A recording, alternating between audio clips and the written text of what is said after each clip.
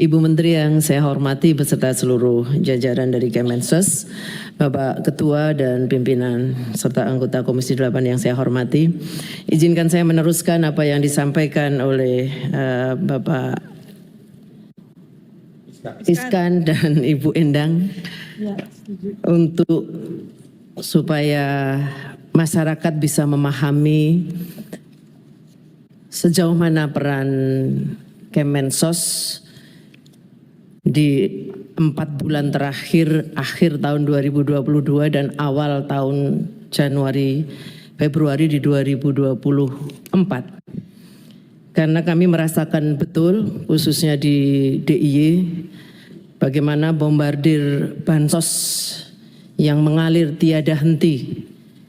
Belum habis yang satu, datang yang satu, belum habis yang kedua, datang yang ketiga. Walaupun saya sedikit mengetahui bahwa tidak semuanya itu dari Kemensos. Tetapi saya kira forum ini bisa digunakan untuk menjelaskan bahwa apa yang dilakukan oleh Kemensos sungguh sesuai dengan aturan perundangan yang berlaku, termasuk di dalam tata kelola pengelolaan keuangan. Karena kita tahu November-Desember sudah ada PKH, sudah ada BPNT, kita ada El Nino dari Kemensos. Kemudian Januari-Februari yang dari Kemensos sudah keluar lagi yang namanya PKH dan sembako atau BPNT, walaupun singkatannya berubah Pak. BPNT itu bukan lagi bantuan pangan non tunai, tapi bantuan pangan ning tunai. Nah, kalau di Jawa kan BPNT itu bantuan pangan ning tunai, maka bahasanya sekarang menjadi sembako. Nah, di luar PKH BPNT itu yang pertama catatan untuk PKH BPNT mohon izin Ibu Menteri. Saya mendapatkan catatan tahun 2022 dan 2023 memang betul yang dikatakan Pak Iksan, bahwa BPNT dan PKH itu lumrah atau biasanya itu keluar di awal bulan Maret. Itu data saya yang di DIY. Tetapi untuk tahun 2024 ini memang keluarnya cukup membuat kita terkaget-kaget. Di bulan Januari Februari di luar, masih ditambah di luar yang ada di dalam payungnya Kemensos. Mohon izin, saya harus menyampaikan ini. Biasanya kan tribulanan, tapi yang terakhir El Nino memang 2 bulan, hanya November dan Desember untuk El Nino. Tetapi saya punya data, tahun 2022 itu Maret awal, tahun 2023 juga Maret. Nah, ini tiba-tiba kemudian keluar di Februari. Sehingga kami juga membutuhkan, baik kalau PKH datanya jelas 10 juta tidak diowah-owah. BPNT sembako 18,8 juta jelas tidak diowah-owah.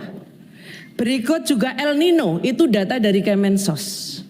Pertanyaan kami adalah bantuan sosial yang mengalir itu yang kami lihat, saya soalnya langsung juga ke banyak titik, tidak ke beberapa, ke banyak titik. Ada beras macam-macam bergulir, saya nggak tahu tulisannya apa, tapi orang taunya itu bansos. Bansos taunya ya dari Kemensos. Itu mengalir semua, tiada henti. Menjelang coblosan 14 Februari. Nah, kami membutuhkan ini untuk bisa kemudian mendudukkan persoalan. Siapa yang bertanggung jawab? Oh, Kemensos hanya ini. Di luar ini tidak Kemensos. Ini yang kami harus paham. Lalu dari mana anggarannya? Baik, kalau bicara El Nino, kami waktu itu hanya disodori angka 7, sekian triliun kalau tidak salah untuk 18,8 juta yang per bulannya 200 dan itu hanya di bulan November Desember. Bagaimana dengan tahun 2024? Ada juga bahasa bantuan El Nino. Diperpanjang. Apakah itu diperpanjang? Apakah itu dari Kemensos atau dari mana? Mohon izin. Karena di catatan LHPBPK yang tahun 2022 itu banyak penyalurannya yang kemudian ada di tahun 2023. Jadi temuan LHPBPK-nya mengatakan yang melebihi anggaran itu memang ada beberapa catatan. Tetapi bagi saya yang terpenting adalah, ini saya memegang LHPBPK tapi untuk semester 1. Tetapi yang terpenting, jangan sampai apa yang kita lakukan di pusat ini, November besok kita pilkada. Mungkin tidak itu akan ditiru oleh kabupaten, kota, dan provinsi yang melangsungkan pilkada. Bombardir juga sebelum pilkada itu oleh incumbent dengan melakukan itu. Saya tidak mengatakan ini jangan dimasukkan ke ranah politis, ini baru masuk 2023 untuk evaluasi anggaran, no.